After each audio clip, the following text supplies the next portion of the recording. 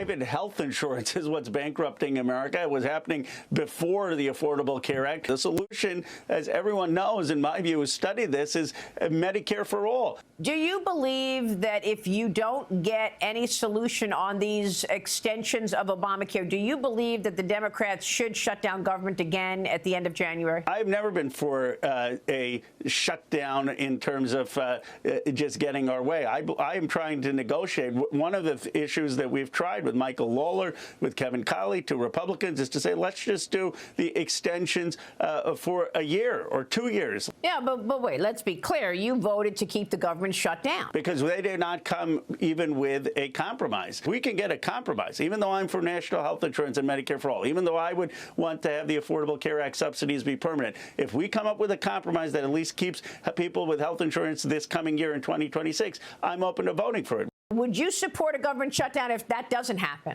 I believe it will happen.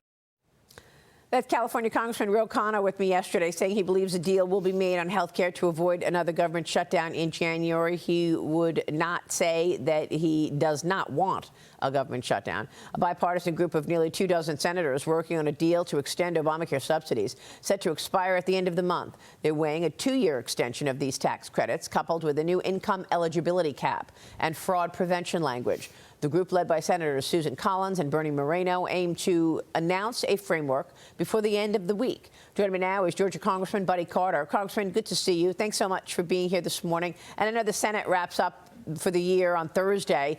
Are you expecting anything to get done on this?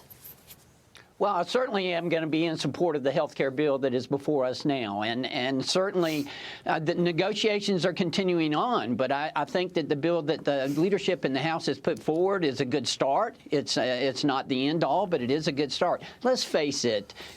Democrats have ruined health care in America, and we've got to fix it now. This is a good start to give us some immediate relief and to help us to start on the path of fixing health care. And we've got to do that.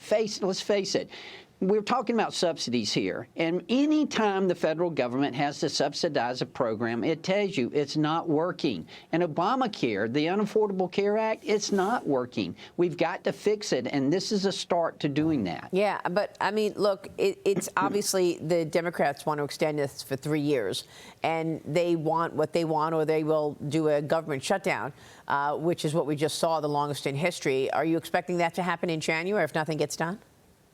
Well, it wouldn't surprise me with the Democrats. Let's face it, Chuck Schumer, John Ossoff, and the liberal Democrats in the Senate, they use our troops, the WIC and the SNAP beneficiaries, as leverage in order to try to get health care for illegal immigrants. Yeah. And that is despicable, and that is something that we cannot tolerate. We've got to fix health care in America. The Democrats have ruined it with the Unaffordable Care Act. Now, we need more competition in the workplace. I appreciate what the president has proposed here, and sending the money to individuals and health savings accounts or vouchers to buy insurance, as opposed to sending it to the insurance companies. That is not working, obviously. Yeah. We need competition in the marketplace. That's what will bring prices down. Well, it's extraordinary to me, Lee Carter. Let me bring you in on this, because, you know, it's the Democrats' high-priced health care that is part of this, you know, affordability crisis. And yet they were able to get this affordability theme and sort of wrap themselves around it as if they are the only ones thinking about reining in inflation. Meanwhile, this was President Trump's priority when he stepped into the Oval Office for the second time. I mean, it is a fascinating messaging jiu-jitsu move. Yeah, exactly. Jiu-jitsu is a good word for it, yeah. I think it's really important that we just take a step back and understand what's going on, because for the first time in 20 years, health care is the #1 financial concern of Americans. The Affordable Care Act has never been more popular than it is today.